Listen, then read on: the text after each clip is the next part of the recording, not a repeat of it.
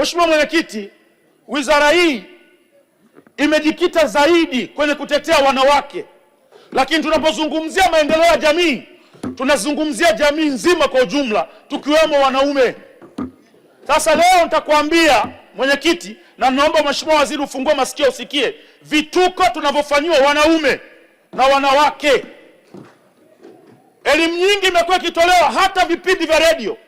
Ukisikia vipindi vya redio, elimu vinazoitoa ni kama vinawafundisha wanawake waende wakapambane na wanaume kwenye nyumba zao. Lazima mjue wanaume wako humu ni mashahidi.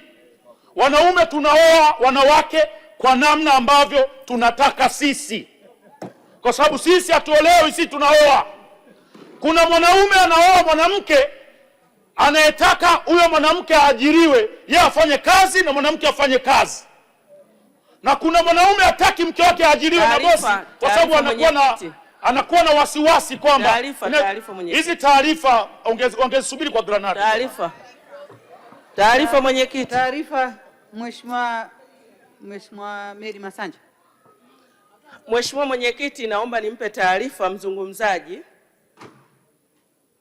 Vivyo hivyo na wanawake hatuolewi tu hivi hivi, isipokuwa tunaolewa na mtu ambaye tumemhitaji.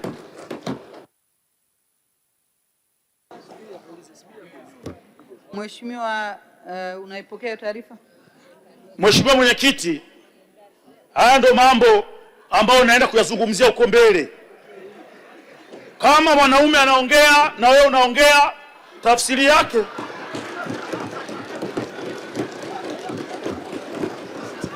taarifa mwenyekiti. Taarifa mwenyekiti. Mheshimiwa Mwenyekiti, naomba ulinde muda wangu kwa sababu nina mengi ya kuongea. Naomba ulinde muda wangu. Taarifa zao zipokee. Naomba ulinde muda wangu. Na wao wavumilivu. Wakati wanaume tunasemwa, huwa tunavumilia. Na wao wavumilivu. Taarifa mwenyekiti. Naomba utulivu tafadhali. Mheshimiwa, naomba, siwezi kumsikia anasema nini kama mtakuwa mnaongea. Mheshimiwa, naomba uendelee. Taarifa mwenyekiti. Taarifa mwenyekiti. Taarifa. Pointi hapa. Waheshimiwa wabunge, nimesema mnaongea sana, sikusikia nini anasema. Kwa hiyo taarifa unayoomba sijajua ya nini, naomba aendelee kuongea ili niweze kuelewa.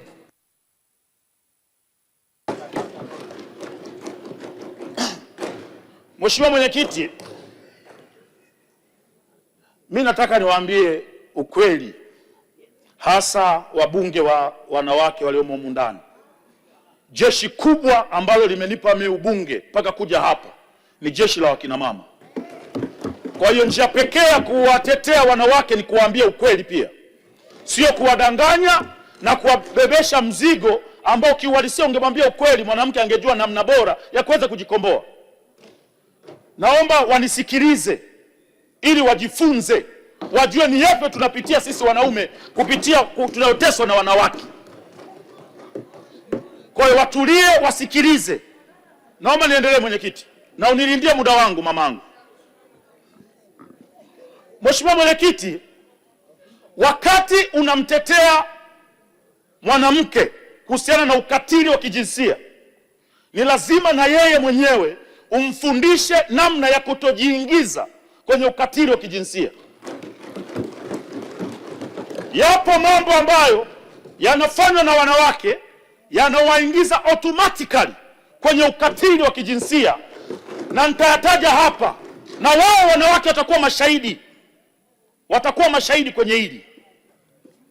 Jambo la kwanza, Mheshimiwa Mwenyekiti, huwezi kuwa umeishi na mwanamke ndani, anakusingizia ujauzito, unaulea miezi 9, anazaa mtoto, unamlea mtoto, anafikisha miaka 10, baadaye mnagombana kidogo, anakwambia hata mtoto mwenyewe sio wako.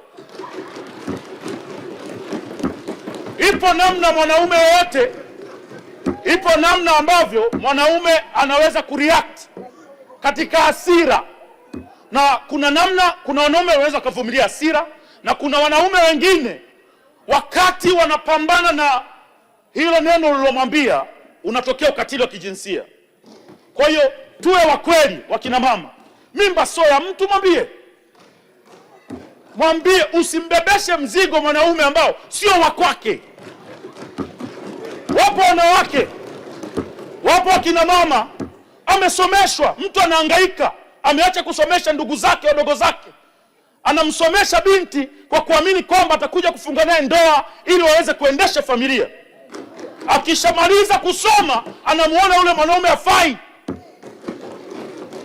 anamgeuka. Ukimgeuka huyu mtu, familia yake yote inaambia tulikuambia. Mwisho wa siku haya matendo yanaleta hasira kali sana kwa wanaume. Mimi sitaongelea hapa mwanaume kupigwa, kwamba wanaume wanapigwa na wake zao, hayo mambo. Wanaume kupigwa, hiyo ni nguvu ya mwisho, huyo ni mlevi huyo. Mheshimiwa Mwenyekiti, tukiwawezesha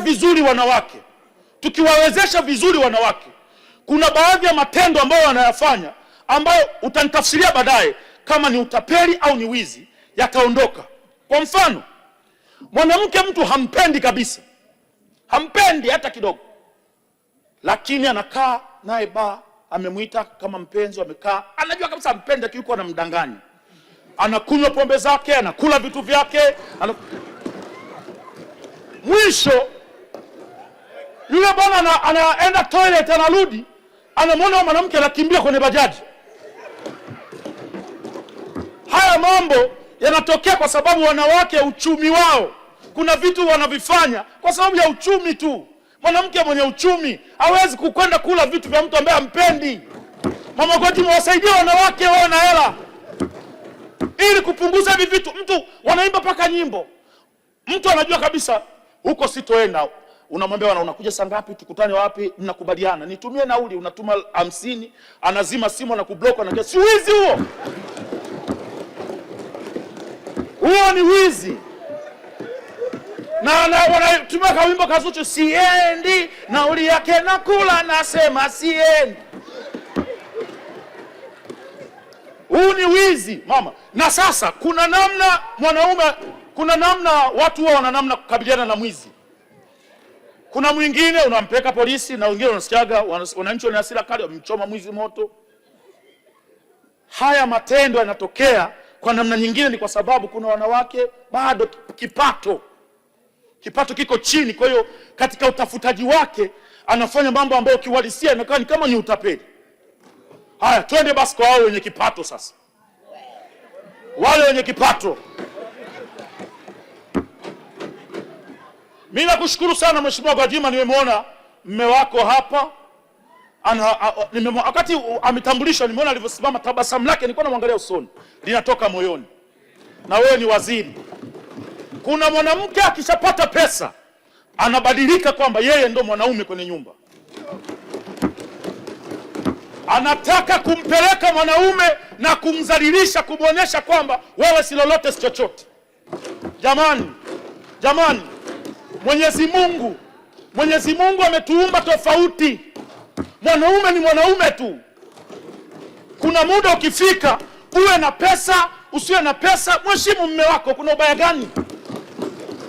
Taarifa. Mheshimiwa Mwenyekiti, haya matendo mwenyekiti. Hawa bila kutulia mwenyekiti. Mheshimiwa, endelea. Nashukuru sana.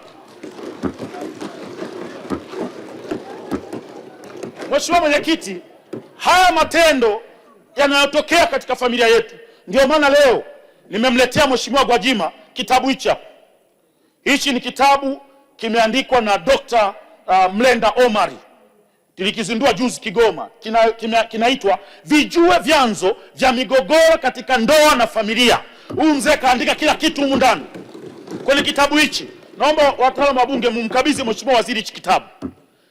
Mheshimiwa Mwenyekiti, wake zetu wanafundishwa namna ya kuja kutushambulia ndani ya familia.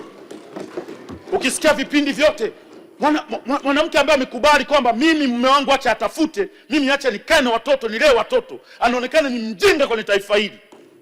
Wanamtangaza kama mjinga. Unakubaliaje kukaa nyumbani? Mwanaume anachagua mwanamke anayemtaka. Kuna mwanaume anachagua mwanamke anayefanya kazi, na kuna mwanaume anachagua mwanamke anayefanya biashara. na kuna mwanamume anataka mwanamke ambaye atabaki nyumbani na watoto wakati yeye yuko kwenye mapambano. Sasa elimu nyingi zinatolewa kwenye vipindi vya redio, ni elimu ambazo zinamuonesha kama mwanamke lazima utoke, lazima utoke. Sasa wakati anaanzisha vita ya kutoka kwenye familia ambayo mwanaume alioa mwanamke ambaye atakaa nyumbani na familia, ndio hapo ekaeka zinaanza kutokea. Lakini manyanyaso wanayopitia wanaume ni mengi. Dr. Gwajima, tutengenezee system. Ndio maana umeona vinaanzishwa vyama sasa, tujitetee wenyewe huko mitaani. Vyama vya wanaume, wazee wanaume, kwa sababu tumegundua mnatushambulia. Yaani mmekaa kama mwanzo mwisho ni kutushambulia. Mimi nitakupa mfano mmoja, mwenyekiti. Unajenga nyumba, mnajenga gorofa. Unampa hela mke wako kwamba simamia nyumba, mimi napambana, hakikisha nyumba inaisha ili tuweze kuishi na familia. Hela unazompa ananyofola, anaenda kujenga na weka nyumba yake kadogo. Wewe unajenga nyumba ya familia ili muishi pamoja. Yeye anatengeneza mazingira ya kujitegemea ndani ya ndoa. Haiwezekani. Inakuwa ni kama familia mbili ziko ndani ya nyumba moja. Haiwezekani, mwenyekiti.